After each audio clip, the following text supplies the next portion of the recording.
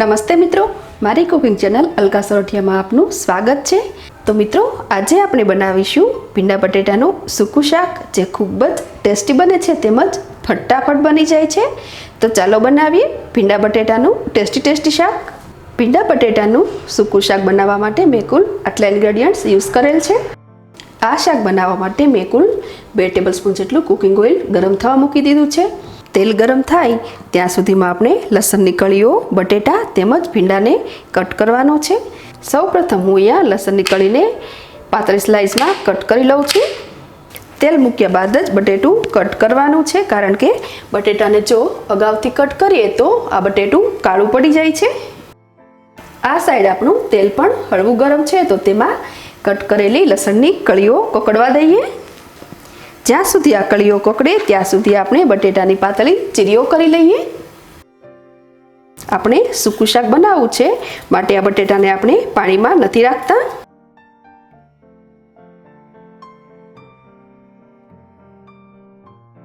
તો મેં ફટાફટ અહીંયા બટેટાની ચીરીઓ કરી લીધેલ છે। આ સાઈડ આપણી લસણની કળીઓ પણ હલકી બ્રાઉનિશ થઈ ગઈ છે, તો આપણે એડ કરીશું બટેટું।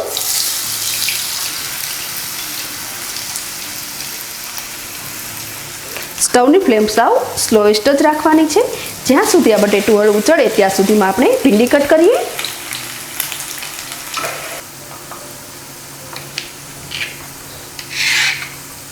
આ રીતે સરખી ભીંડાની સીંગો લઈ અને ફટાફટ કટ કરવાની છે, કારણ કે જ્યાં સુધી આપણું બટેટું ચડે ત્યાં સુધીમાં આપણે આ ભીંડી કટ કરી લેવાની છે। આપણે જે પ્લેસ પર ભીંડી કટ કરીએ છીએ તેને મેં ક્લીન કરી લીધેલ છે। ભીંડીને પણ આ રીતે પાતળી સ્લાઇસમાં જ કટ કરવાની છે। આ ભીંડી ઘણીવાર અંદરથી ખરાબ નીકળે છે, તો ભીંડી કટ કરતી વખતે ચેક પણ કરતું જવાનું છે। આ ભીંડીને મેં ફટાફટ ગોળ સ્લાઇસમાં કટ કરી લીધેલ છે। આ સાઈડ આપણા બટેટા પણ હળવા એવા ચડી ગયેલ છે। હવે સ્ટવની ફ્લેમ થોડી ફાસ્ટ કરીએ અને આ બટેટા સાથે સ્લાઇસમાં કટ કરેલી ભીંડી એડ કરી દઈએ। ભીંડી ચૂઝ કરતી વખતે એ વાતનું ધ્યાન રાખવાનું છે કે નાની અને કૂણી ભીંડી જ ચૂઝ કરવી।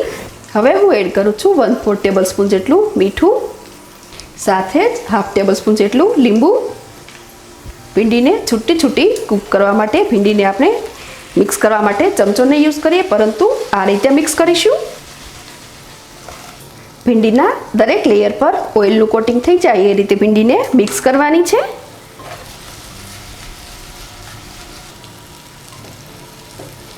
હવે સ્ટવની ફ્લેમ મીડિયમ સેટ કરી દઈએ। કન્ટિન્યુઅસલી આ રીતે મિક્સ કરતા રહેવાનું છે અને ભીંડી ચડવા દેવાની છે। મિત્રો, આ અગાઉ પણ ભીંડાની સબ્જી જેવી કે સ્પાઇસી મસાલેદાર ભીંડી તેમજ ભરેલ ભીંડાની સબ્જી કઈ રીતે બનાવી તેની રેસીપી મેં મારી ચેનલમાં આપેલી છે, તેમજ આ રેસીપી સાથે હું બંને સબ્જીની લિંક પણ આપું છું, આપ લિંક ખોલીને પણ જોઈ શકો છો।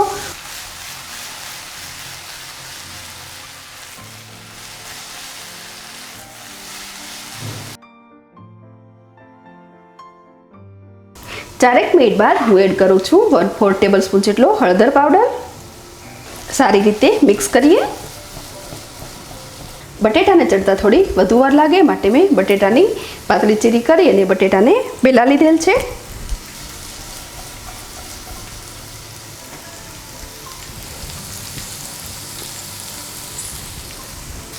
બટેટું આસાનીથી તૂટી જાય છે, મતલબ કે આપણું બટેટું ચડી ગયેલ છે। તો લાસ્ટમાં હું એડ કરું છું 1 ટેબલસ્પૂન જેટલું કાશ્મીરી લાલ મરચું, જે આપશે આપણી સબ્જીને એટ્રેક્ટિવ રેડ કલર તેમજ ઓછી તીખાશ। સાથે જ 1/2 ટેબલસ્પૂન જેટલું ધાણા જીરું।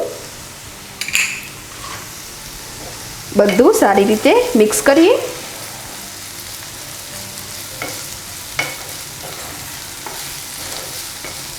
મિત્રો, તૈયાર છે આપણું ભીંડા બટેટાનું મસ્ત સૂકું શાક।